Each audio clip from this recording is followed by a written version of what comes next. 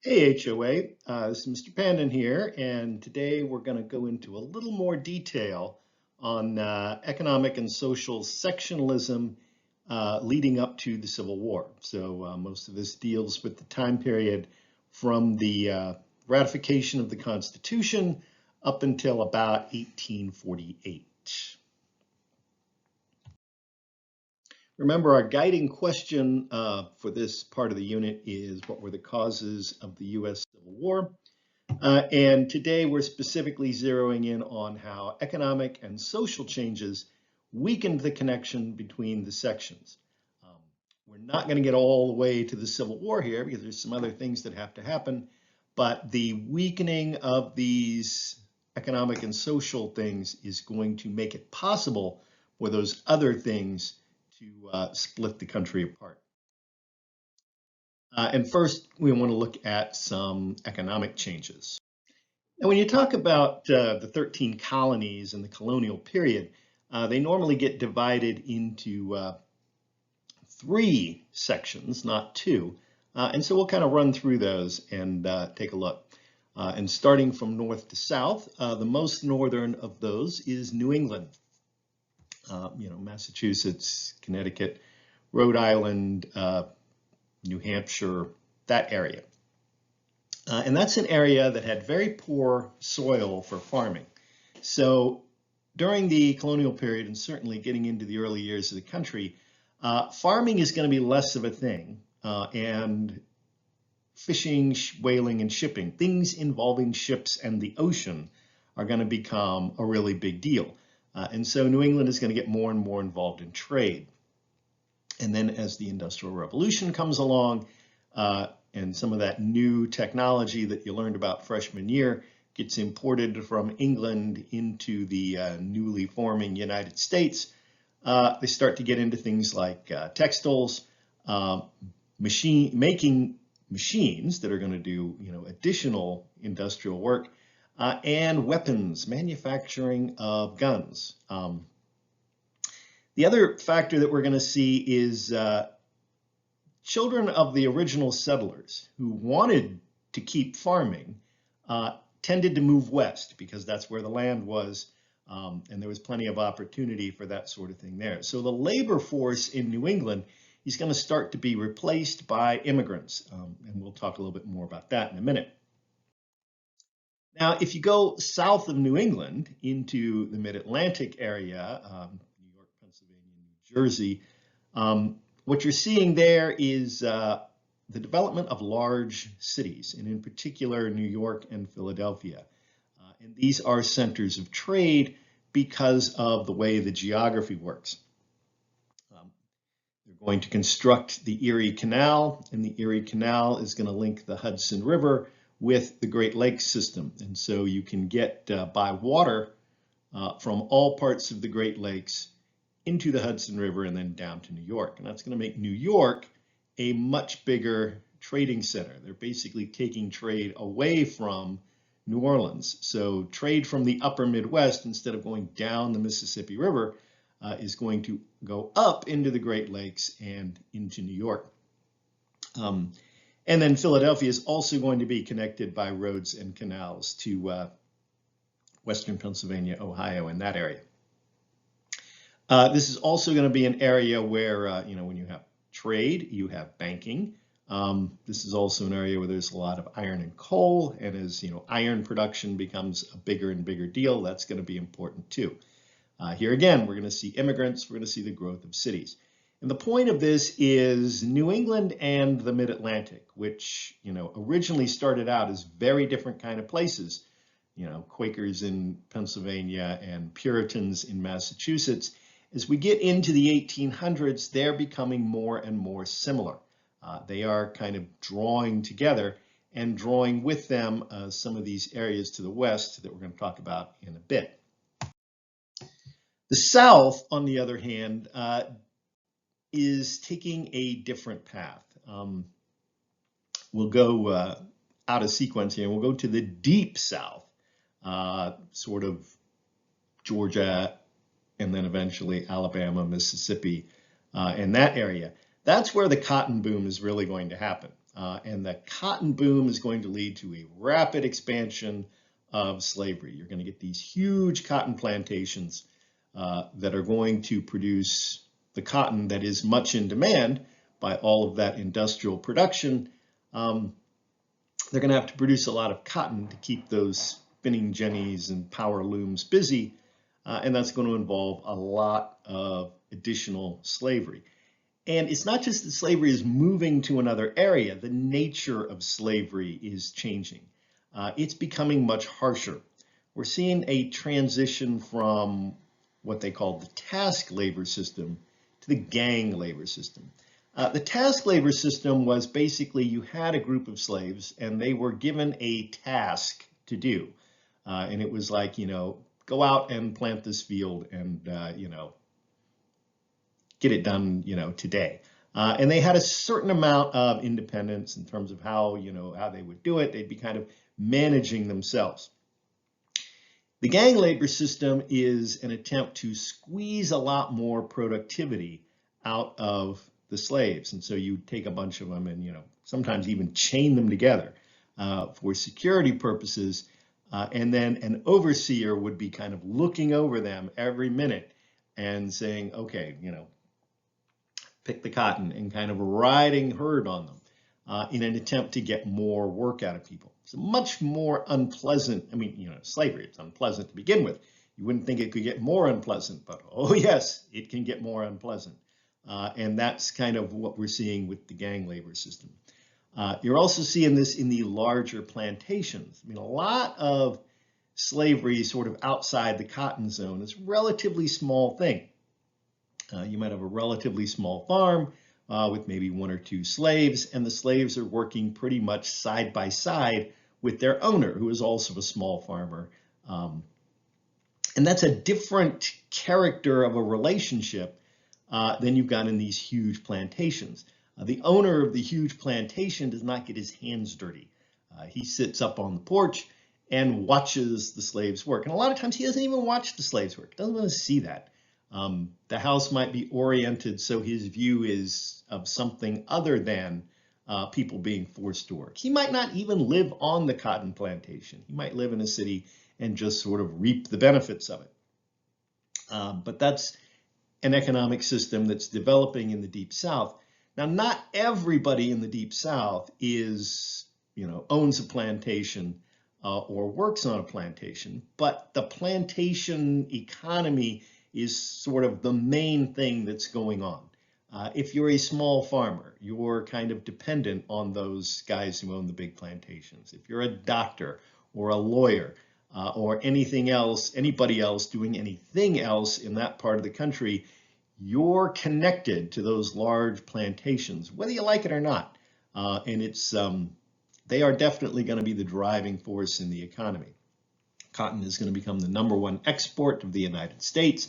And the Deep South as an area is going to become the richest part of the country. But that wealth is pretty much concentrated in a relatively small number of hands.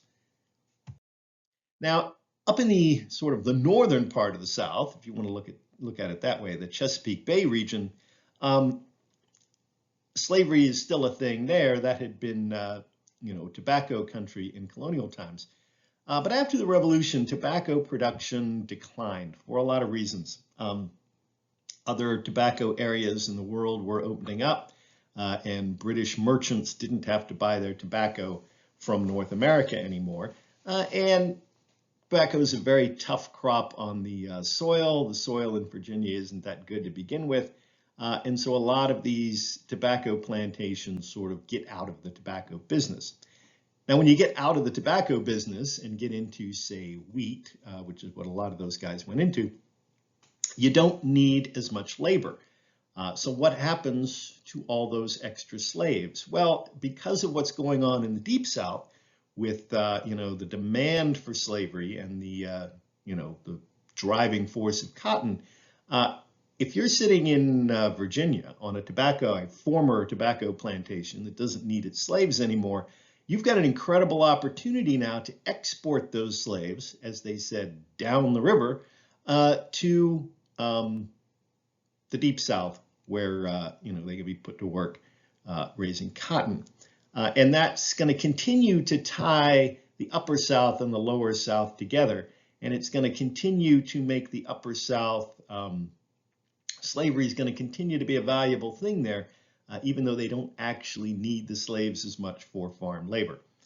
Now, slavery, the existence of slavery in both of these regions is going to make it much less appealing to immigrants.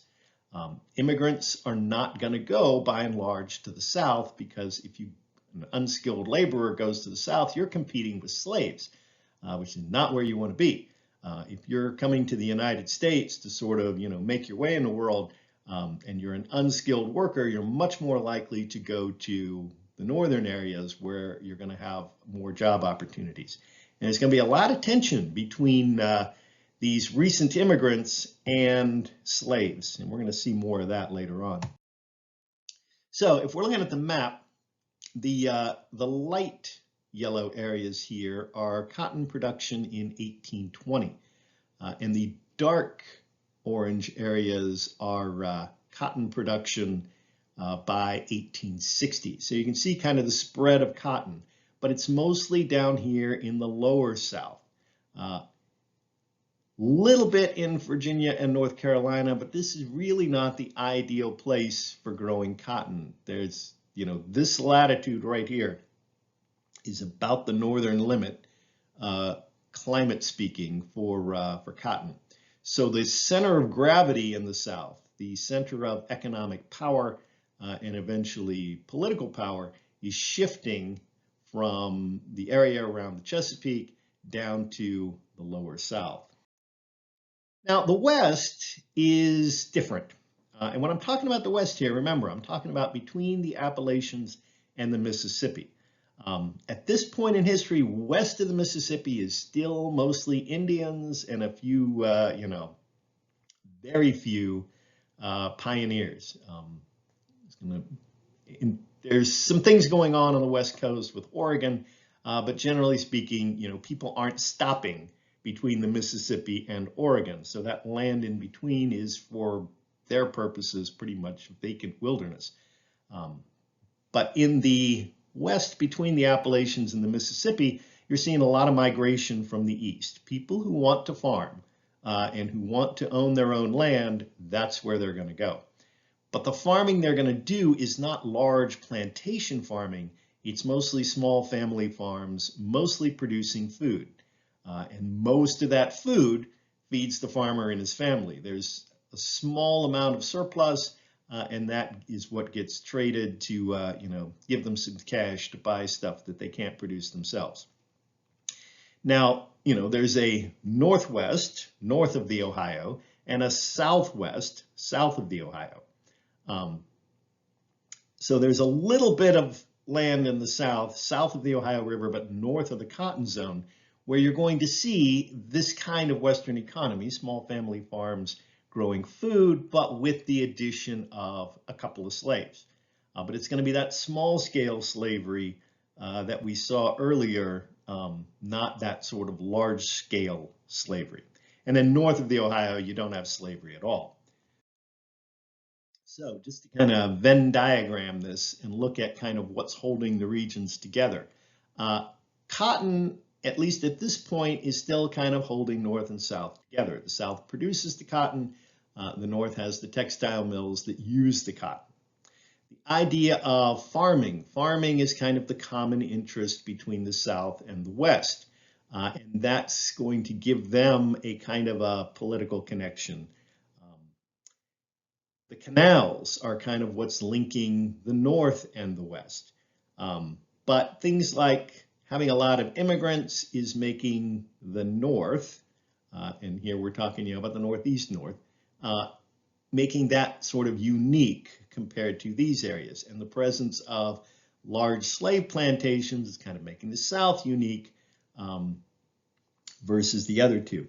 And it's kind of interesting that this center box doesn't have a whole lot in it. There's fewer and fewer things that are holding all three of these areas together. Now, there's also some social changes going on, and it's kind of related to some of this other stuff. there's this movement called the Second Great Awakening. And it's a Protestant Christian movement. Out of this comes a lot of new denominations, and Methodists and Baptists and that kind of thing, but also a lot of emphasis on social reform. So this is a movement coming out of the churches, but part of it is the idea that Christians have an obligation to improve society, improve the world. That's kind of what the mission that God has given them. And so you're going to see a lot of interest in social justice of different kinds in this period. And a lot of what's going on here is being done by middle-class women. Middle-class women had some free time. They weren't, working 18-hour days or anything like that. But they also didn't have a whole lot of options outside the home, except in religion, in the church. Women were kind of expected to be active in the church. And so this becomes a vehicle for women to get involved in some of these social justice issues, like women's rights, like temperance, the idea of banning alcohol, because alcohol is not good for society, and the one that we're mostly interested in, abolitionism.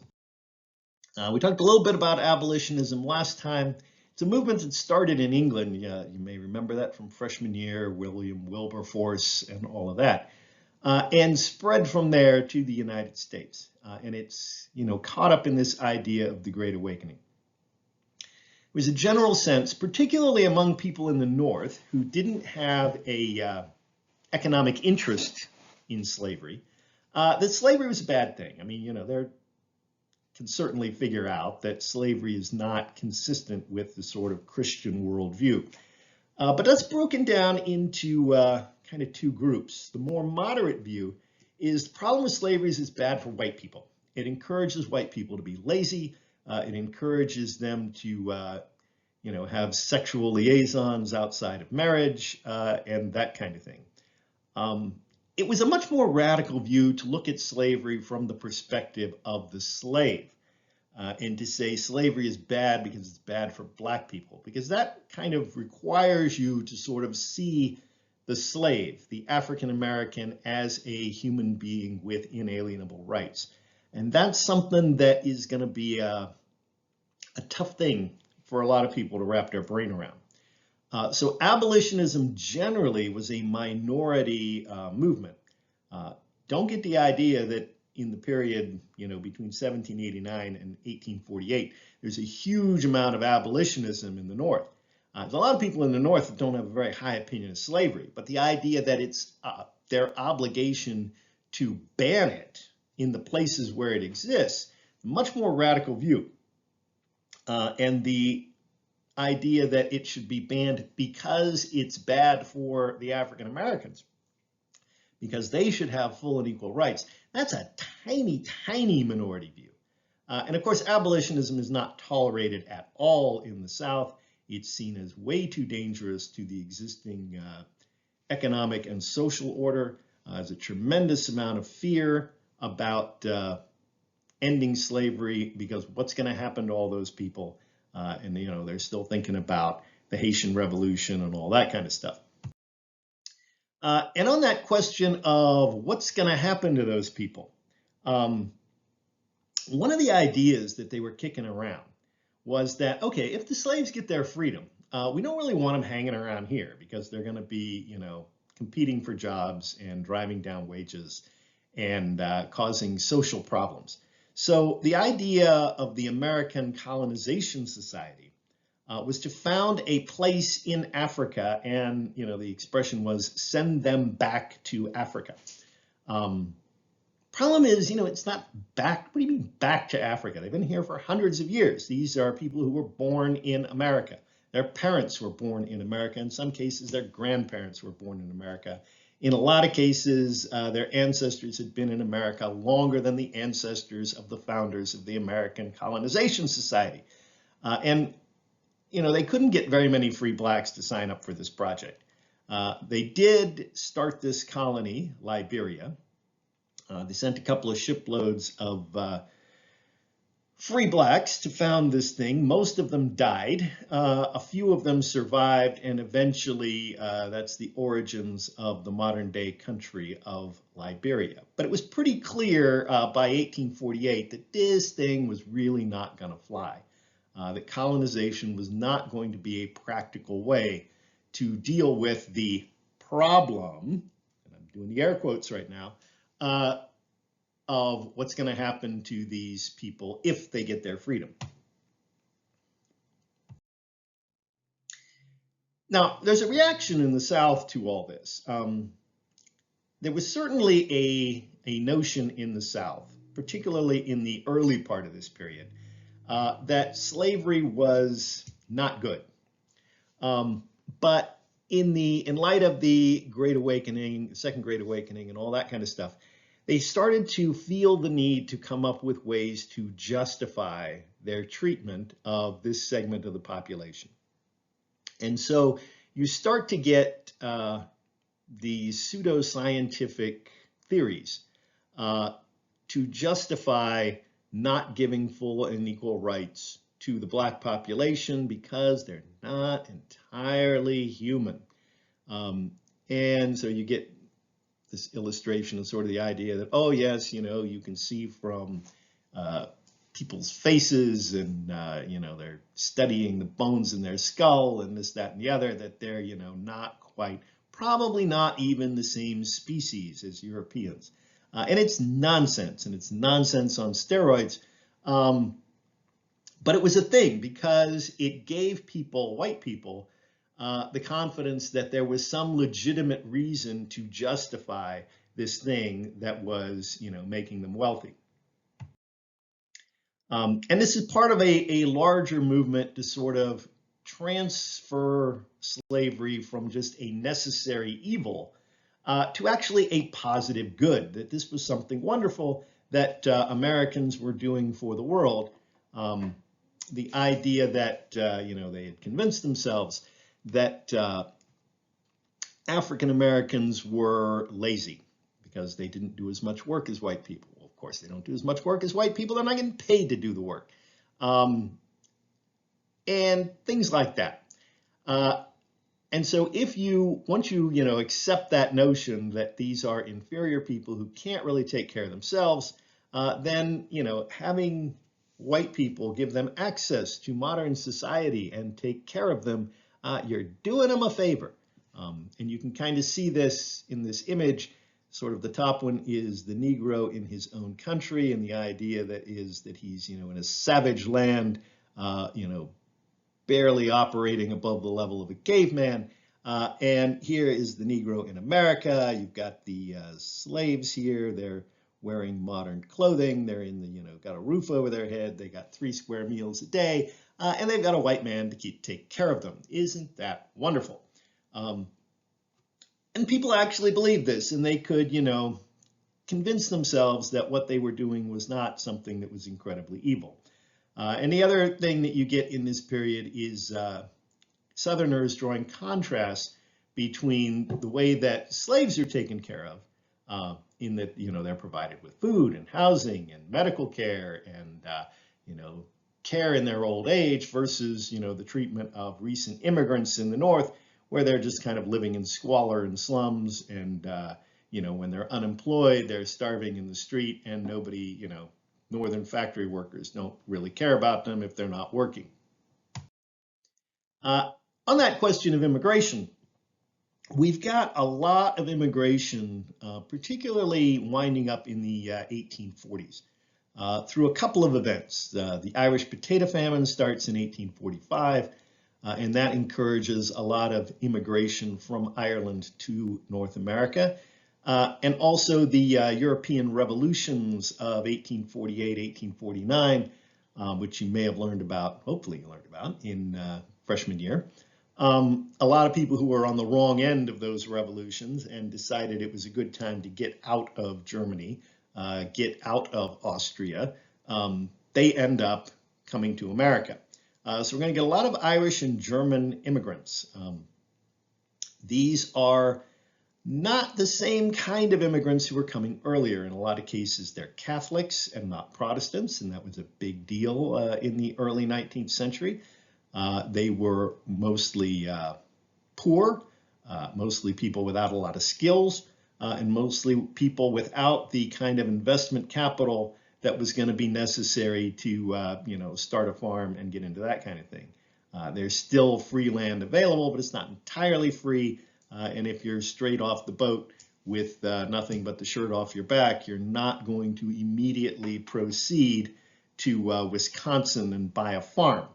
You're going to proceed to a factory and get yourself a job working 18 hours a day, probably 6.5 days a week, trying to scratch by a living. The Irish and Germans tend to be a little more radical. That's the offshoot of coming from that revolutionary activity. By and large, they're not moving to the South for reasons we already talked about. They don't want to compete with slaves. And another important factor in this is these recent immigrants. They don't see themselves as Northerners, Westerners, Southerners. They don't see themselves as New Yorkers, Pennsylvanians. They see themselves as Americans. All of that earlier history that kind of divided the colonies is not a big deal for them. They have much more of a nationalistic attitude.